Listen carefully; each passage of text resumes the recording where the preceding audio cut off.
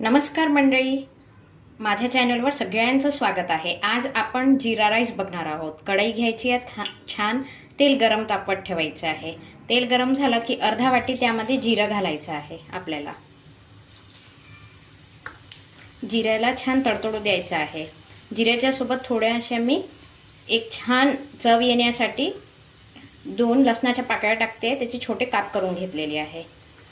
त्यामध्ये आपल्याला अर्ध बटर टाकायचं आहे। तुम्ही बघू शकता मंडळी, मी भात शिजवून घेतलेला आहे। आता शिजवलेला भात आपल्याला कढईत टाकायचा आहे। तुम्ही बघू शकता मंडळी, मी भात टाकलेला आहे। आता छान आपल्याला त्याला परतवून घ्यायचं आहे आणि चवीपुरती त्याच्यामध्ये आपल्याला मीठ घालायचं आहे आणि थोडी हिरवी कोथिंबीर पण घालायची आहे। आता आपण याला छान परतवून घेऊया।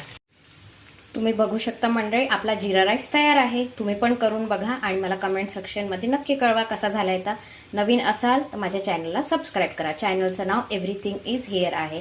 लाईक करा, शेअर करा आणि अशाच छान छान रेसिपीजच्यासाठी सबस्क्राईब करत राहा। थँक्यू।